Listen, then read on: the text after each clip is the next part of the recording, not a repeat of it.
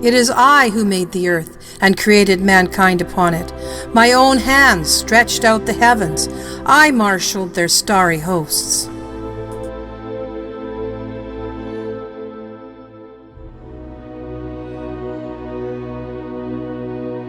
Interstellar space is the space outside our solar system. NASA's Voyager 1 spacecraft, launched in 1977, is the first human-made object to reach interstellar space, a 13 billion-mile journey.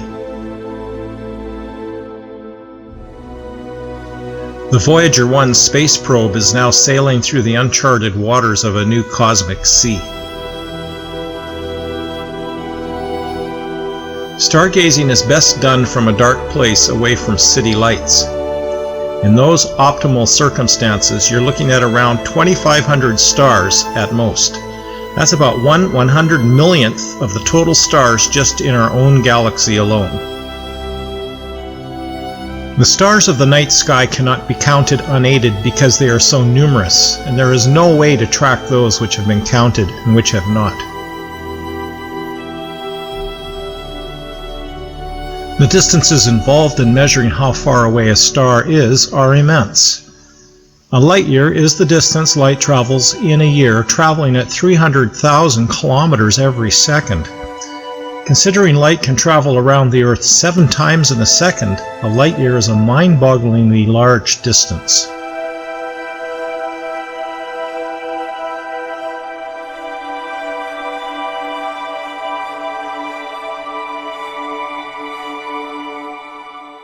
Consider that the closest star to Earth is Proxima Centauri, approximately 4.2 light-years away. It would take about 70,000 years in our fastest spacecraft to reach it. A light-year is equivalent to 9.5 trillion kilometers. It would take our fastest spacecraft 18,000 years to travel 1 light-year, and the diameter of our Milky Way galaxy is 100,000 light-years.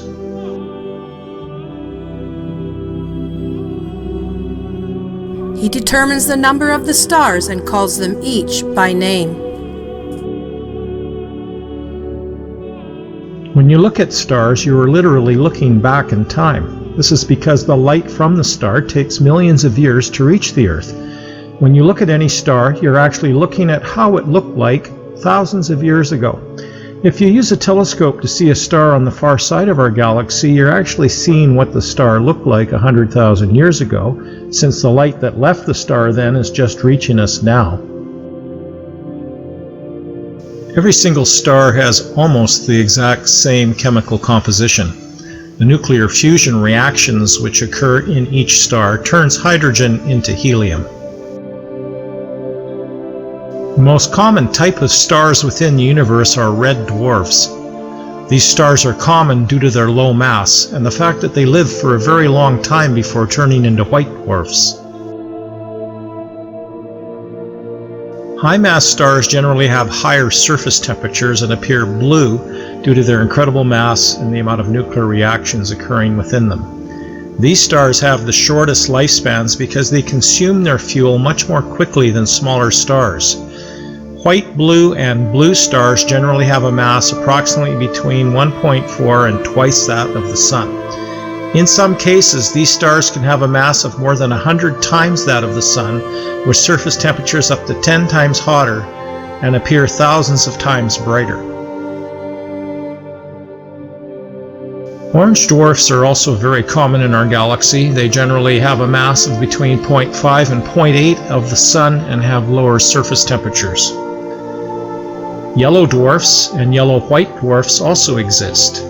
The Sun, in the center of our solar system, is a yellow dwarf. These are stars that have approximately between 0.8 and 1.2 times the mass of our Sun. A star like our Sun will eventually begin to fuse hydrogen in a shell surrounding the core, causing it to expand to hundreds of times its original size, and cooling its surface in the process, becoming what is known as a red giant.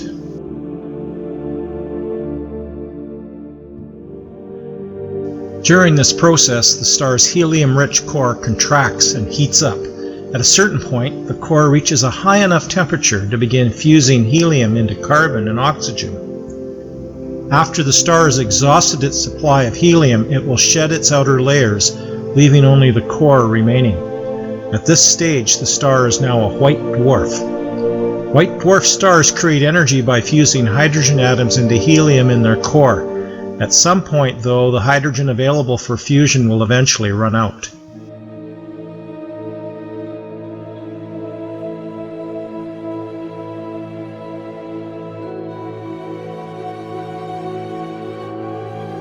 One of the greatest understatements of the Bible is recorded in Genesis 1:16. Then God made two great lights, the greater light to rule the day, and the lesser light to rule the night. He made the stars also.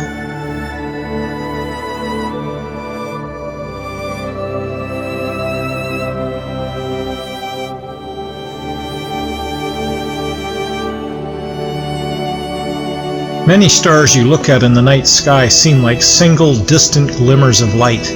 To the naked eye, they all appear to be equidistant on a dome above the earth because stars are much too far away for our eyes to offer any depth cues. Most stars you see in the night sky are actually two star systems, or binary star systems. They are so far away, however, that they just appear as one speck of light due to their immense distance from the Earth.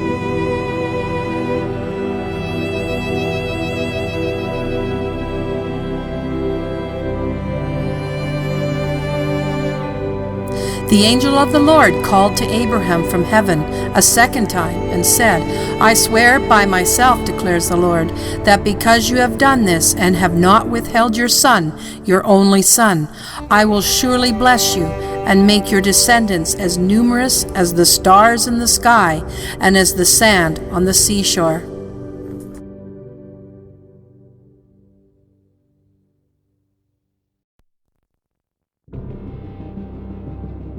And by faith Abraham, even though he was past age, and Sarah herself was barren, was enabled to become a father, because he considered him faithful who had made the promise. And so from this one man, and he as good as dead, came descendants as numerous as the stars in the sky, and as countless as the sand on the seashore.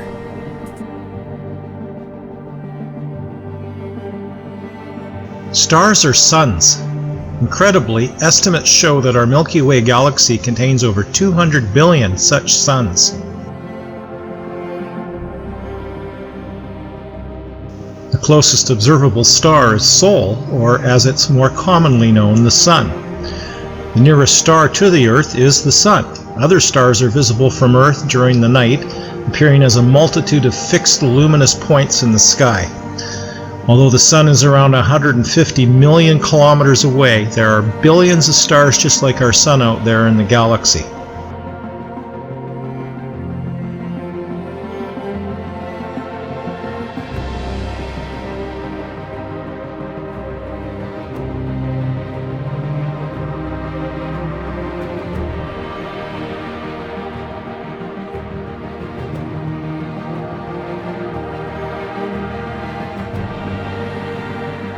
Some stars appear in 3, 4, and more numbers, creating a beautiful system in the sky.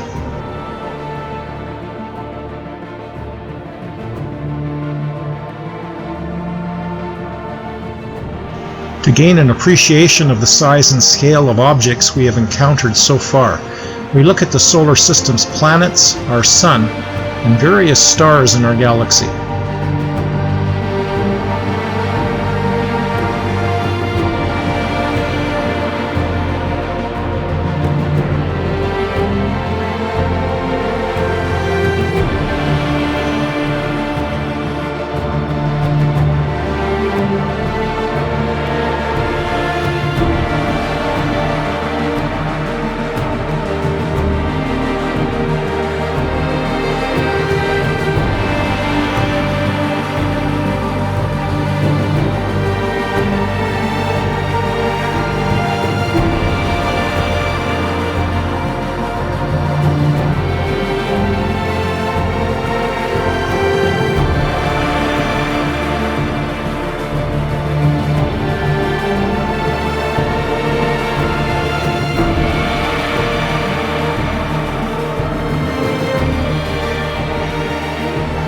VY Canis Majoris is the largest known star in our galaxy.